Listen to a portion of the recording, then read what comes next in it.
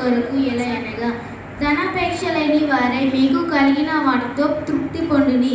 నిన్ను ఏమాత్రము విడువను, నిన్ను ఎన్నడూ ఎడబాయునని ఆయనే చెప్పుగదా. కాబట్టి ప్రభువు నాకు సహాయుడు, నేను భయపడను. నరమాంత్రుడు నాకేమి చేయగలడు అని మంచి ధైర్యముతో చెప్పగల వారై ఉన్నాను.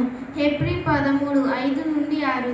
శ్రమలో ధైర్యము కొరకు ఎలా అనగా మీరు అలసట పడకము. మీ ప్రాణాలు ఇసుకయు ఉండునట్లు పాపాత్ములు తనకు వ్యతిరేకముగా చేసిన తిరస్కారం అంతయు ఓర్చుకున్న ఆయన నిన్ను తల ఉంచుడి.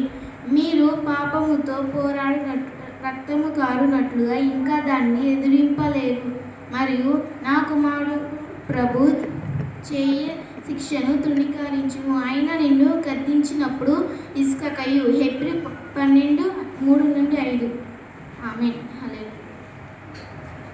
అవసరతలో సహాయము రక్షణ మార్గము. అందుకు యేసు అతనితో, ఒక్కడు క్రొత్తగా జన్మించితేనే గాని అతడు దేవుని రాజ్యమును చూడలేడని నీతో నిశ్చయముగా చెప్పుచున్నానని. యోహాను 3:3. అదేమనగా యేసు ప్రభు అని నీ నోటితో ఒప్పుకొని దేవుడు మృతులతో నుండి ఆయనను లేపెనని నీ హృదయమందు విశ్వాసించిన ఎడల నీవు రక్షింపబడుదువు. రోమా 10:9. ఆతృతలో సమాధానము కొరకు.